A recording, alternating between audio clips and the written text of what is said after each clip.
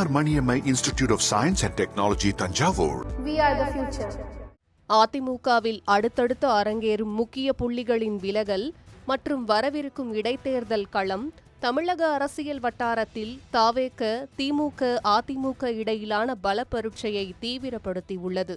முன்னாள் அமைச்சர் விஜயபாஸ்கர் தனது எம்எல்ஏ பதவியை ராஜினாமா செய்துவிட்டு தாவேகவில் இணையப் போகும் நகர்வு அதிமுகவுக்கு பெரும் பின்னடைவாக பார்க்கப்படுகிறது. இவரைத் தொடர்ந்து சி.வி. சண்முகம், எஸ்.பி. வேலுமணி போன்ற முக்கிய முகங்களும் வெளியேறலாம் என்ற சூழல் நிலவினாலும் ஓபிஎஸ் மற்றும் சசிகலாவையே வெளியேற்றிய அதிமுக இரட்டை இலை சின்னத்தை மட்டுமே தனது முதன்மை பலமாக நம்பி களத்தில் நிற்கிறது.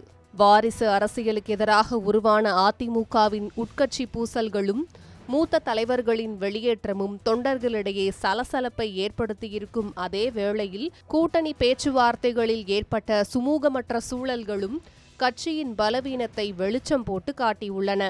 மறுபுறம் ராஜினாமா செய்யப்பட்ட தொகுதிகளுக்கு வரவிருக்கும் இடைத்தேர்தல் தாவேக அரசுக்கு மிகப்பெரிய மாரல் டெஸ்டாக அமைய உள்ளது.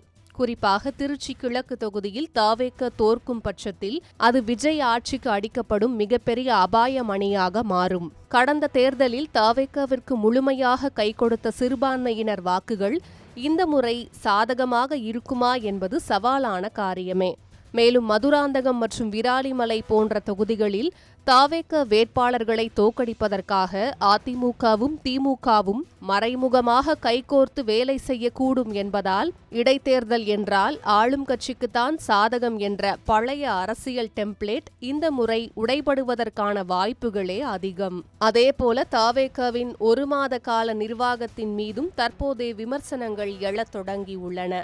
அண்டை மாநிலமான கேரளா போன்ற இடங்களில் தேர்தல் வாக்குறுதிகள் உடனுக்குடன் நிறைவேற்றப்படும் சூழலில் தமிழகத்தில் தாவேக அரசு அறிவித்த மகளிருக்கு 2500 உதவித்தொகை, பெண்களுக்கு இலவச பேருந்து பயணம் மற்றும் வேலையில்லா பட்டதாரிகளுக்கு 4000 நிதி உதவி போன்ற முக்கிய வாக்குறுதிகள் இன்னும் செயல்பாட்டிற்கு வரவில்லை.